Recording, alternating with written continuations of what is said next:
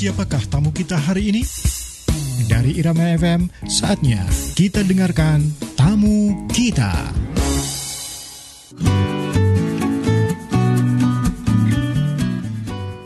Delapan 8,5 MHz Irama FM Purworejo, top lagunya pasti infonya. Selamat sore pendengar setia Irama FM.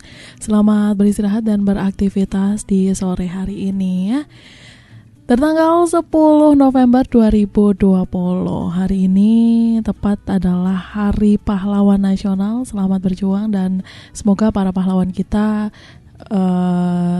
semangatnya masih bisa berkobar pada diri kita. Nah, tamu kita pada sore hari ini seperti biasa saya pasti tidak akan sendirian.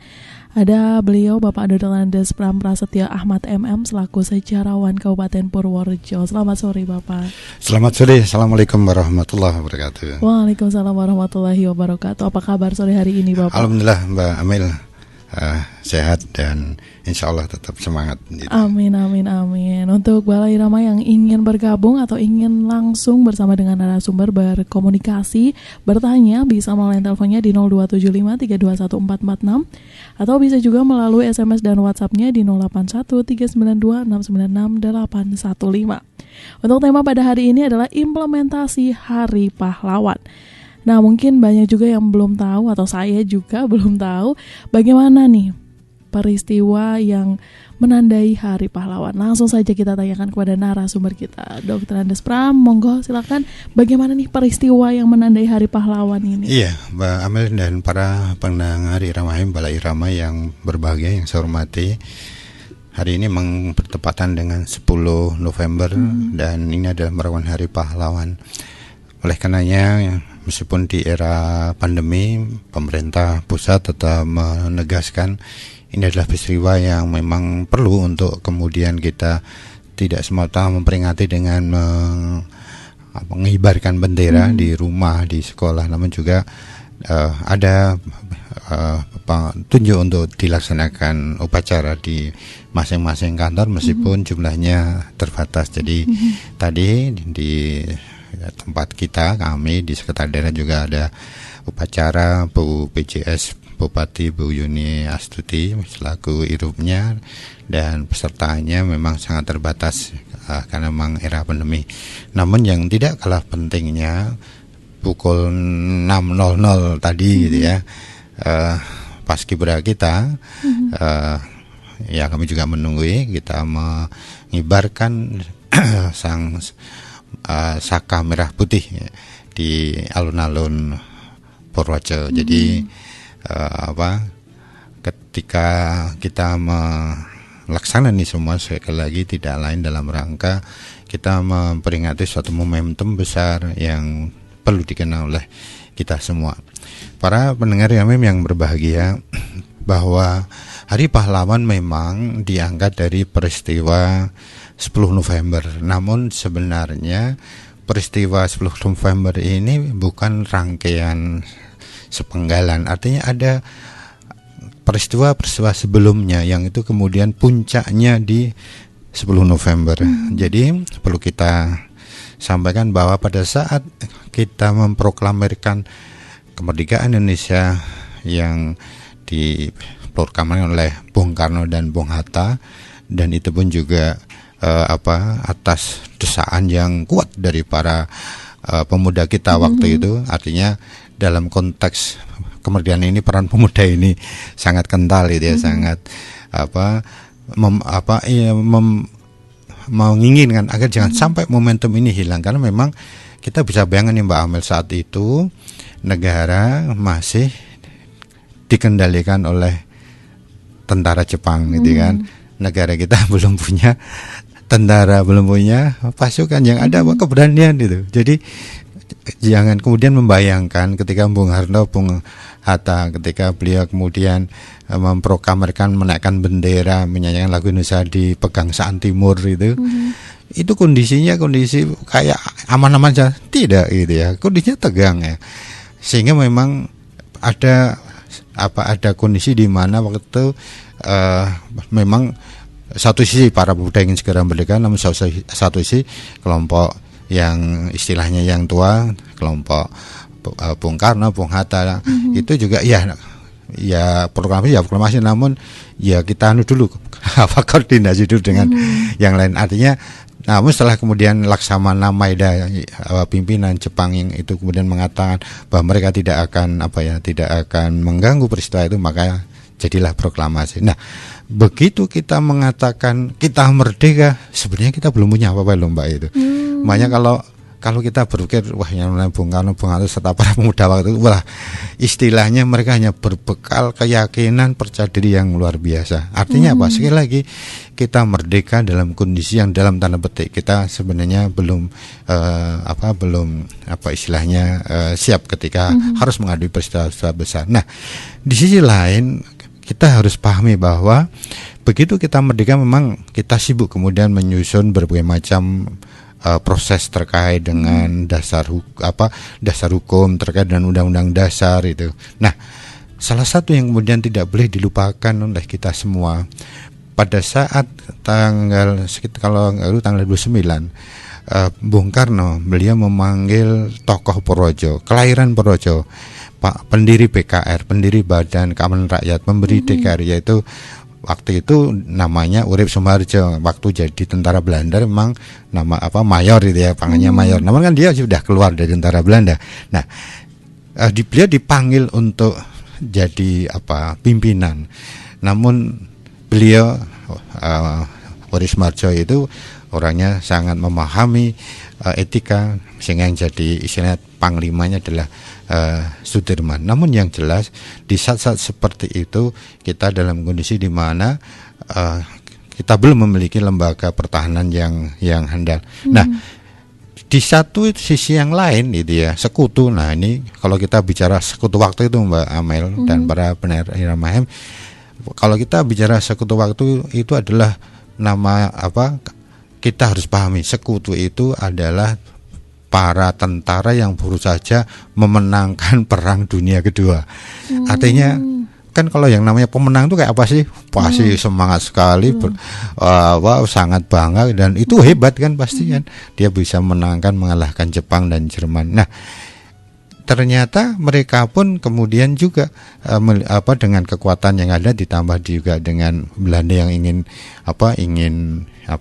menjajah kembali, mereka melihat bahwa Indonesia kan sebenarnya belum punya apa-apa kan, baru aja merdeka, belum punya apa-apa. Ini kalau istilahnya kalau kemudian dikuasai lagi kan hal yang istilahnya hal yang ringan karena belum ada tentara dan sebagainya. Oleh karenanya rangkaian peristiwa yang setelah Agustus gitu kan, kita melihat ada yang disebut dengan peristiwa Hotel Oranye. Peristiwa Hotel Oranye itu sebulan setelah kita merdeka, 18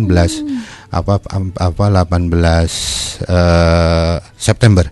Nah, waktu itu di Surabaya di Hotel Oranye itu dinaikkan bendera Belanda, merah putih biru. Nah, ini menjadi satu yang sangat menyinggung perasaan kita merdeka dengan merah putih. Kenapa di wilayah kita ada? Nah, akhirnya ada sedikit insiden, namun yang jelas dari peristiwa itu kemudian kita melihat heroiknya para pemuda Surabaya dengan berbekal seadanya naik ke hotel, naik ke tiang bendera yang ada di atas hotel. Beliau dirobek birunya sehingga jadi merah putih. Nah, di saat itu pula sebenarnya sekutu dengan tentaranya sudah mulai mendekati Belanda. Nah, ini yang kemudian menjadi hal yang juga dipahami oleh Bung Karno dan Bung Hatta. Beliau paham kita belum punya apa-apa, namun kemudian di sisi lain ada kekuatan-kekuatan asing yang ingin istilahnya menguasai negeri ini. Sekali lagi kita juga bisa betapa bingungnya gitu kan, berhadapan dengan tentara pemenang perang dunia, jumlahnya ribuan, peralatannya lengkap. Mereka hadir juga dengan kapal induknya, dengan pesawat-pesawat yang dibawanya, dengan tank-tank yang kemudian didaratkan, yang jumlahnya sangat banyak. Pasukannya awal konon ada sekitar 6.000, namun Jenderal Masad yang menggantikan Malabi yang terbunuh itu menambahkan hampir 15.000 pasukan lagi. Jadi kekuatan besar itu ya. Kita sekali lagi kita belum memiliki banyak kemampuan. Dari mana kita senjatanya kan? Ya, memang ada satu peristiwa yaitu pada tanggal 3 Oktober. Di tanggal 3 Oktober memang ada semacam penyerahan persenjataan dari ex tentara Jepang yang sudah apa adanya kan, karena ya baru aja kalah ya senjata tinggal saja, ini yang kemudian diserahkan. Nah, itulah kemudian yang menjadikan kita punya sedikit kemampuan persenjataan. Di sisi lain, kemudian sekutu dengan balik ingin melucuti tentara Jepang itu, kemudian ternyata dia tidak, istilahnya kalau beberapa tokoh itu mengatakan sekutu tidak jujur karena dia tidak sendiri, dia juga bersama dengan tentara-tentara Belanda yang memang motivasinya bukan melucuti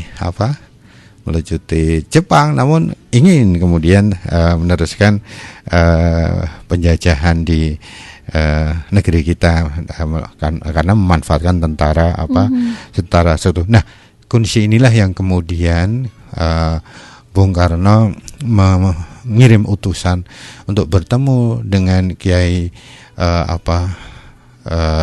Hasyim Asy'ari, Rasul Nahdlatul Ulama, untuk istilahnya kalau ada seperti apa gitu ya.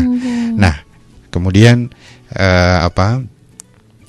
yang melakukan pendekatan diantaranya adalah Kiai Wahab Hasbullah, artinya Kiai Hasyim Asy'ari kemudian meminta Kiai Wahab Hasbullah untuk mengumpulkan para kiai-kiai di tanggal 21. Namun kan mengumpulkan para kiai kan juga butuh waktu kan, termasuk yang dari Jawa Barat itu. Artinya beliau ingin bagaimana sih kondisi seperti ini ya, kayak apa. Nah, setelah kumpul semuanya di tanggal 22, maka sebenarnya waktu itu utusan Bung Karno bukan meminta, beliau sudah paham, hanya kalimatnya yang diminta adalah bagaimana sih hukumnya kalau kita membela negara gitu ya. Waktu itu kemudian lahirlah yang disebut dengan resolusi jihad. Artinya Kiai Hasyim Asy'ari dengan persetujuan para ulama yang hadir waktu itu tanggal 22 menetapkan bahwa membela negara hukumnya wajib. Inilah yang kemudian sebenarnya juga menjiwai seluruh orang-orang waktu itu. Nah, itu tanggal 22 Mbak Amel, 22 Oktober. Nah, kemudian ada peristiwa yang kemudian mulai pertempuran itu di tanggal 27 Oktober. Mulai ya, kalau di dalam catatan beberapa pakar waktu itu sekutu memancing-mancing, kan mereka juara perang dunia, jadi dia menganggap sepele lah, paling menguasai Surabaya hanya butuh berapa hari kan. Nah, ada mulai pertempuran dan yang kemudian menjadi peristiwa yang kemudian disebut ya peristiwa 30 Oktober, di mana pemimpin sekutu di Surabaya yaitu Brigadir Jenderal Malabi terbunuh. Nah, ini pun sampai sekarang juga belum bisa diketahui siapa sih itu ya, karena ada yang mengatakan Idul Hijri itu karena ledakan granat yang dilempar oleh tentara Gurkha yang mereka tidak paham kalau sudah ada gencatan senjata gitu. Namun di sisi lain juga ya macam-macam namun yang jelas tanggal 30 Oktober itulah Jenderal Malabi terbunuh.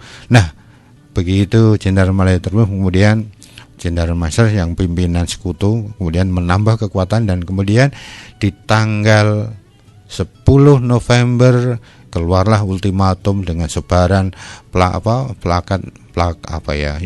sebaran pakai pesawat yang intinya seluruh masyarakat Surabaya, para pemuda agar jam 06.00 10 November agar menyerahkan senjatanya. Nah, apa yang kemudian dijawab oleh para pemuda dengan dimotori oleh Bung Tomo, juga kemudian ada pidato dari Gubernur Jawa Timur, Gubernur Surya, yang intinya bahwa masyarakat Surabaya tidak sejengkal pun akan menyerahkan tanahnya. Maka tepat tanggal 10 itulah pertempuran besar terjadi.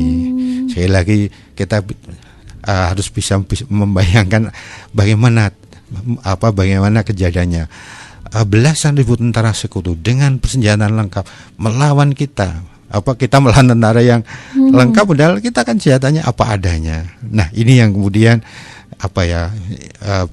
mulai satu kemudian ada pertempuran yang cukup berat, hampir 18 hari pertempuran itu. Artinya ini sebenarnya pertempuran yang bagi sekutu adalah, dalam tanda petik istilahnya, adalah pukulan yang telak. Karena apa? Butuh waktu lebih dari 2 minggu itu untuk bisa bertahan menghadapi yang tadinya dianggap nggak ada kekuatannya, teman, ternyata kekuatannya luar biasa. Nah, inilah yang kemudian di satu sisi ini menjadi kekuatan jihad karena ada resolusi jihad, sehingga ini menjadikan istilahnya Bung Tomo dengan pidatonya yang berapi-api bisa menggelorakan semangat para pemuda, para masyarakat untuk kemudian dengan penuh keyakinan membela tanah air. Maka di satu sisi memang ada Hari Pahlawan, namun di satu sisi juga tanggal 22 ketika ada resolusi jihad itu ditetapkan oleh Kiai Hasyim Asy'ari, itu menjadi juga Hari Santri. Jadi ini adalah peristiwa yang sama-sama istilahnya lokusnya ada di peristiwa di Surabaya. Nah, memang kalau dari sisi pertempuran, maka sebenarnya yang bertempur tidak hanya masyarakat Surabaya, pemuda Surabaya, berbagai masyarakat, karena ada himbauan jihad tadi. Maka begitu ada himbauan jihad, maka beberapa pondok yang memahami himbauan ini, ya sudah, mereka berbondong-bondong menuju Surabaya membela tanah air. Dan ini ada yang mengatakan di satu sisi memang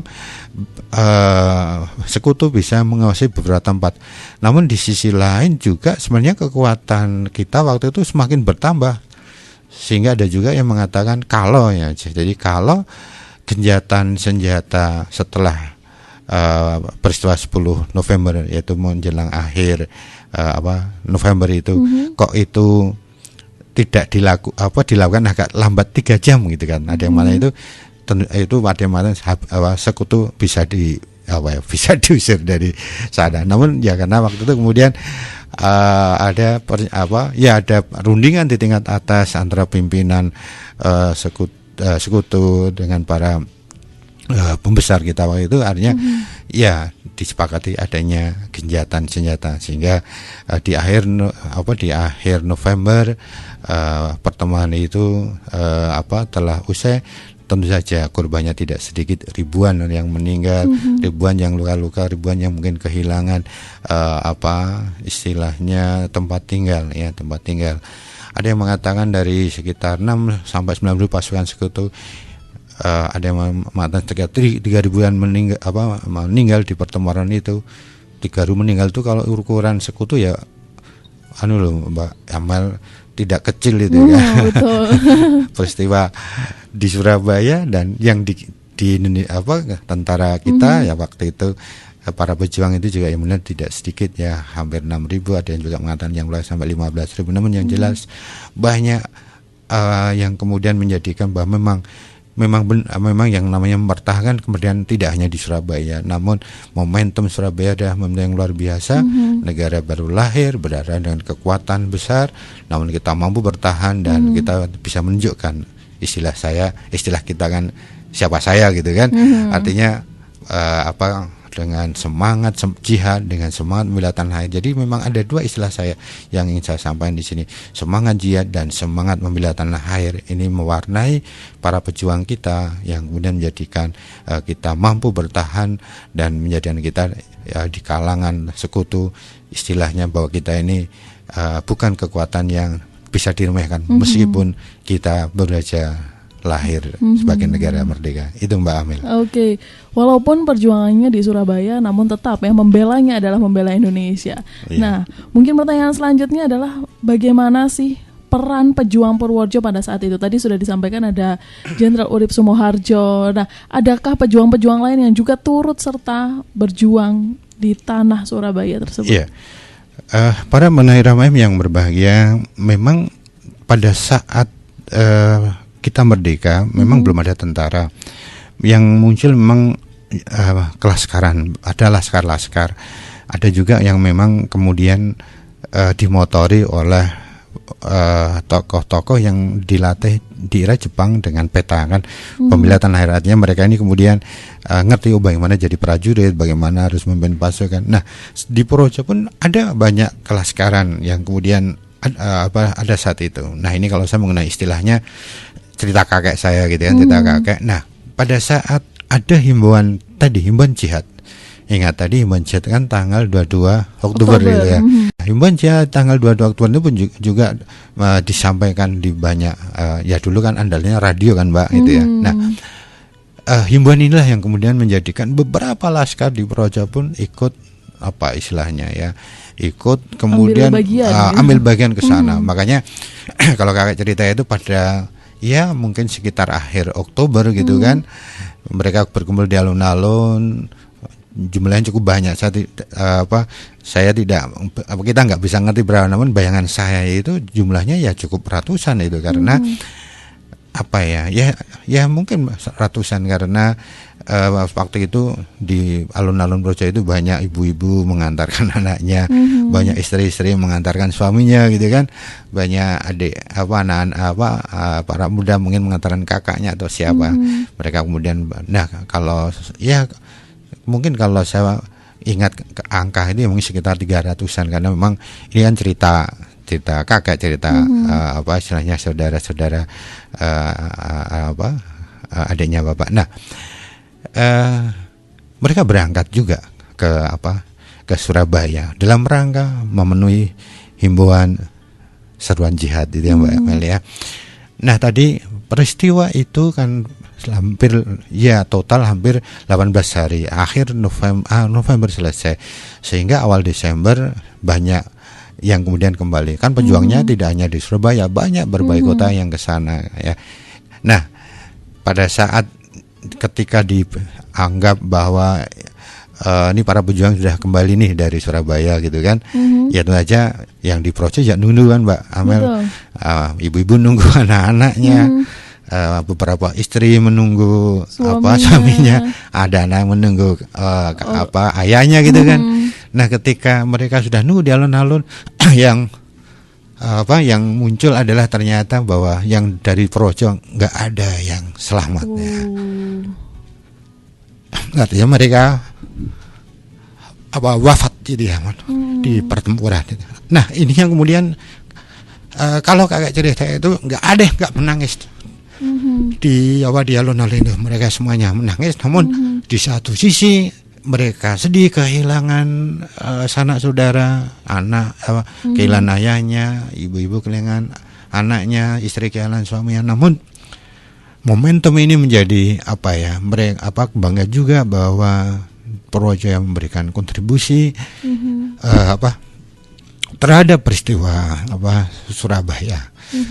Memang kita tidak pernah ngerti kenapa mereka nggak pulang. Apakah mereka kemudian malu atau namun logikanya kan boleh jadi sebagian besar sudah meninggal karena konon hampir 15.000 yang meninggal di peristiwa Surabaya. Karena sekali lagi pahami senjata kita itu terbatas gitu kan, sehingga dengan bambu runcing pun mereka berani menghadapi pertempuran melawan tentara sekutu yang memiliki persenjataan yang lengkap.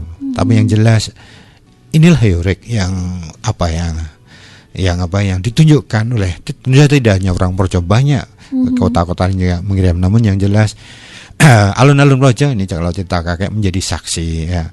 Jadi saksi air mata para keluarga yang ditinggal pahlawan. Nah, itu beberapa ilustrasi. Jadi kadang kalau saya cerita kakak ini ya mau nggak mau ada perasaan haru juga ya Mbak, kalau kita bayangkan itu ya.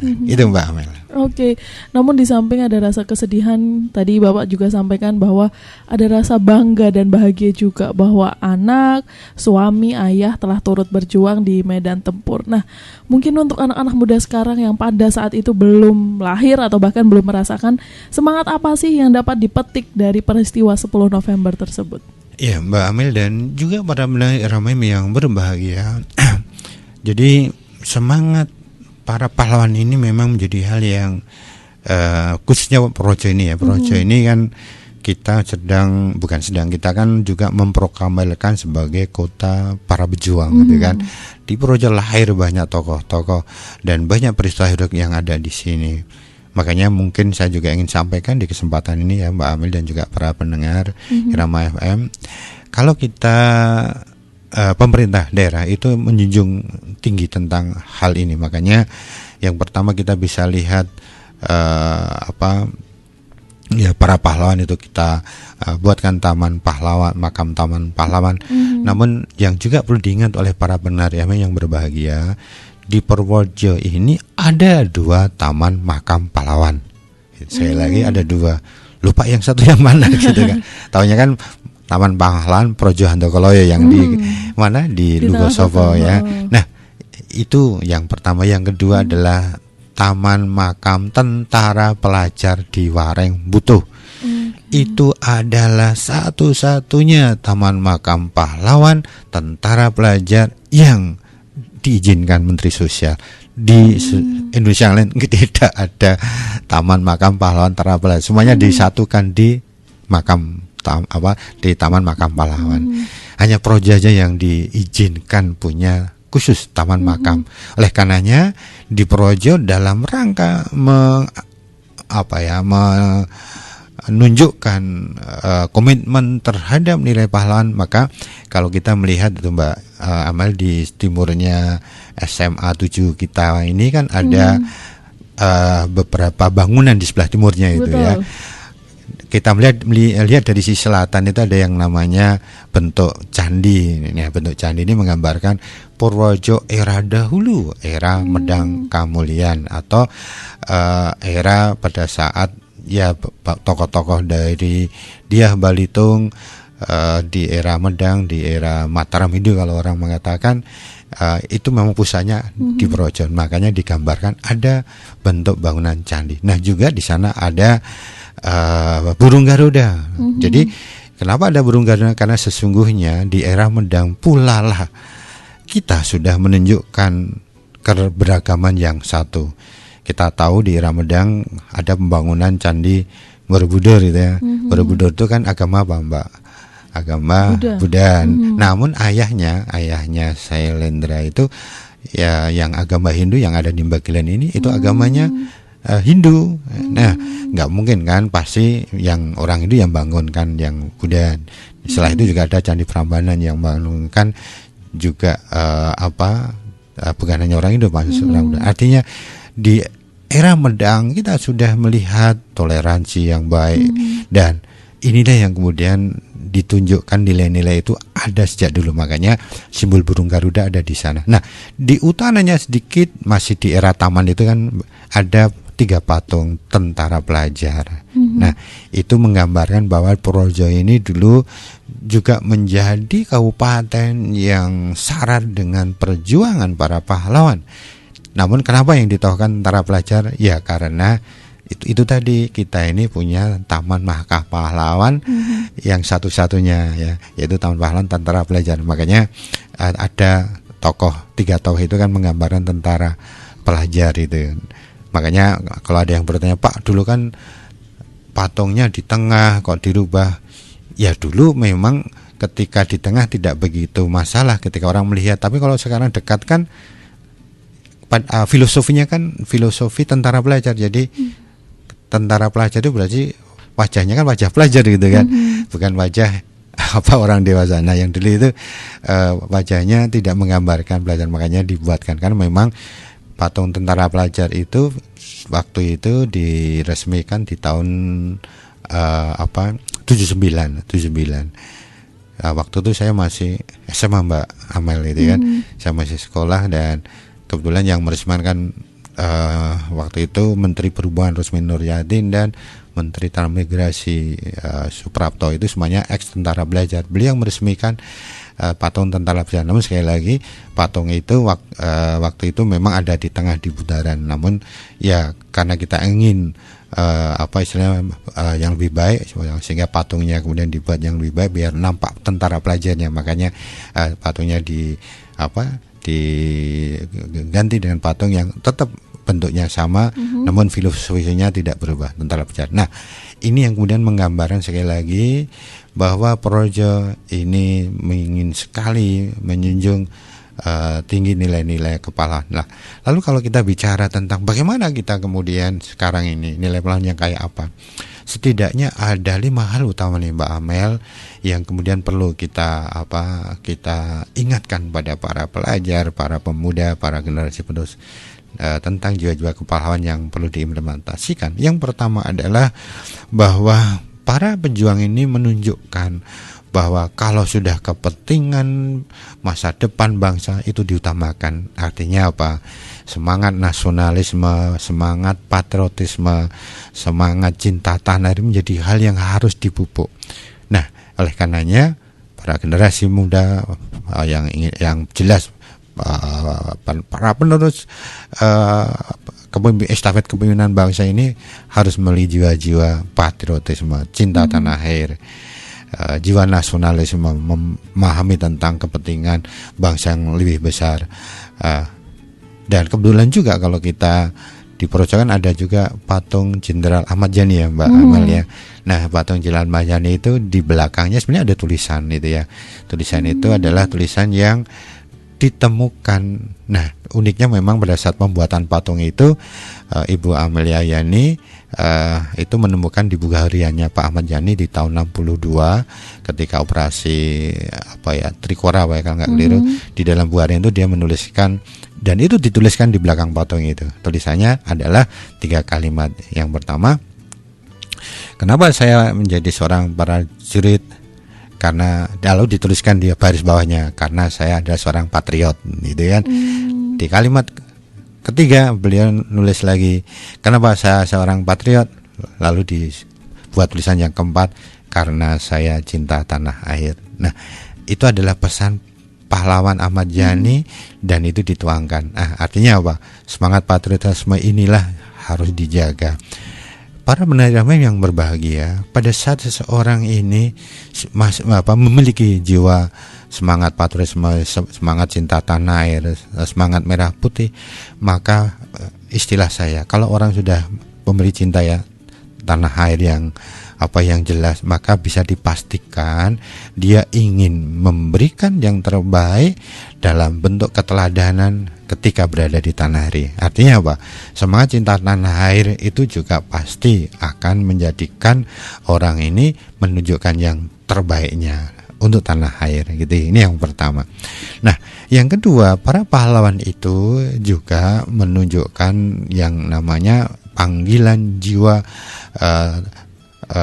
terhadap kepentingan nasional. Artinya kalau ini kalau ada yang namanya kepentingan nasional, apapun kepentingan nasional, maka itu bukan lagi semata-mata menjadi hal yang jadi beban ya, namun itu menjadi panggilan jiwa. Maka kita lihat para pejuang itu dengan sangat relanya, dia tidak peduli apakah perjuangannya berhasil atau tidak, dia tidak peduli bagaimana nanti hasilnya, dia nggak mikirkan yang akan datang, namun yang jelas dia melakukan yang terbaik demi kepentingan nasional. Artinya keikhlasan, dedikasi pada tanah air menjadi harus kita tunjukkan. Memang yang namanya mencintai tanah air kan caranya banyak kan Mbak Amel ya. Bisa aja kita dengan cara menjaga kebersihan, tidak ngotori, tidak merusak bangunan, tidak melakukan tindakan yang mencemarkan itu ya. Jadi kadang-kadang ya tadi pada saat pengibaran bendera Mbak Amel di alun-alun, kebetulan kami nunggu jam 6 pagi itu ya, kebetulan saya menghadap selatan karena menghormat bendera. Ada juga beberapa bapak yang dia berlari begitu sampai dekat di arah bendera, beliau langsung berhenti bersikap sempurna menghadap bendera. Nah, saya yakin beliau ini adalah paham tentang apa maknanya cinta tanah air gitu kan. Nah, sekali lagi panggilan jiwa terhadap cinta tanah air menjadi hal yang juga perlu kita kembangkan. Dengan cara apa? Dengan cara untuk dengan memastikan bahwa sesungguhnya yang kita lakukan dimanapun peran kita, maka ini adalah bagian yang kita persembahkan kepada tanah air. Jadi apapun peran, katakanlah generasi muda dia punya keinginan cita-cita, saya ingin jadi seorang guru yang baik kan, maka selain mungkin ada motivasi yang lain ingin jadi melanjutkan cita-citanya, namun juga dia sebaiknya juga pahami ini bagian di mana saya menunjukkan dharma baktinya untuk cinta tanah air. Nah, ini yang kedua. Nah, yang ketiga, para pahlawan kita itu menunjukkan yang namanya kesadaran yang kuat terhadap persatuan. Sekali lagi, kesadaran yang kuat terhadap persatuan. Maka istilahnya adalah bahwa negara kesatuan NKRI, Negara Kesatuan Republik Indonesia, adalah menjadi hal yang istilahnya tidak lagi perlu ditawar-tawar. Artinya kita tidak perlu lagi berbahas-bahas menghabiskan waktu untuk mendiskusikan tentang negara. Sudah, negara kesatuan ini sudah final. Jadi yang ada yang harus dilakukan adalah jadilah kita ini menjadi perekat kesatuan bangsa. Sekali lagi, pastikan kita menjadi bagian yang mempererat bangsa ini, bukan yang melemahkan, bahkan bukan yang kemudian menciptakan perpecahan atau kita jadi sumber keretaan. Makanya semangat yang ketiga adalah semangat untuk menjadi pemersatu, semangat menjadi perekat kesatuan bangsa. Artinya apa? Ya pastikan kita mengambil langkah-langkah, tindakan-tindakan yang tidak memprovokasi sehingga munculnya hal-hal yang sifatnya menimbulkan konflik ya. Makanya semangat menjaga persatuan ini juga menjadikan kita harus pandai untuk mengendalikan diri kita, memastikan apa yang kita lakukan tidak kemudian menciptakan konflik. Nah, ini yang ketiga. Kemudian yang keempat, semangat yang juga ditunjukkan oleh para pahlawan kita adalah orientasi pada masa depan. Nah, orientasi pada masa depan itu maknanya adalah demi masa depan melakukan yang terbaik.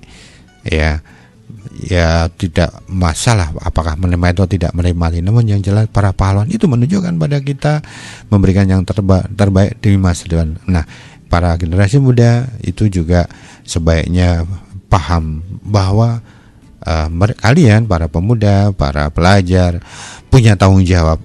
Meskipun orang mengatakan itu tanggung jawab pribadi, namun tanggung jawab pribadi masa depan harus dimulai dari sekarang ya. Ibaratnya kalau ingin masa depan yang sukses butuh perjuangan tidak Mbak Amel? Iya, pastinya. Butuh perjuangan, butuh pengorbanan tidak? Butuh sekali. Butuh sekali. Maka pastikan kalau hari ini harus berjuang, hari ini harus berkorban, apapun bentuknya, harus belajar sungguh-sungguh, harus mengurangi ini dan itu, harus menjaga untuk tidak istilahnya dalam tanda petik istilahnya main-main saja, melakukan hal yang sia-sia. Hindari itu semua untuk apa? Masa depan masing-masing. Namun dengan kita berpikir berorientasi pada masa depan, maka ingat masa depan yang hebat harus disiapkan dengan sebaik-baiknya. Masa depan yang hebat pasti butuh perjuangan. Masa depan yang hebat pasti butuh pengorbanan. Maka jangan jadikan waktu yang ada kita sia-siakan dengan menyanyiakan, berarti kita mengabaikan masa depan. Nah, itu berapa hal nih Mbak Amel, nilai-nilai yang diwariskan oleh para pahlawan kita, khususnya mereka yang berjuang pada saat istilahnya mempertahankan kemerdekaan. Itu Mbak Amel. Oke, karena waktu juga sudah semakin mendekati usai ya, untuk Pak Pra mungkin bisa menyampaikan pesan penutup atau closing statement untuk para pendengar setia Irama FM, khususnya mungkin bagi para pemuda yang saat ini sedang berjuang juga untuk masa depannya, bagaimana untuk menjadi pahlawan di era seperti ini, dan pastinya pahlawan untuk diri sendiri. Semoga Pak. Iya, para pendengar Irama FM yang berbahagia, memang Hari Pahlawan ini tidak ditetapkan sejak tahun 45. Jadi waktu itu belum ditetapkan dengan peraturan Presiden nomor 316 tahun 1959. Nah, tentu saja bukan semata-mata Hari Pahlawan ini momentum yang rutinitas. Namun yang jelas, jadikanlah Hari Pahlawan adalah kita berintrospeksi. Apa yang kita introspeksikan?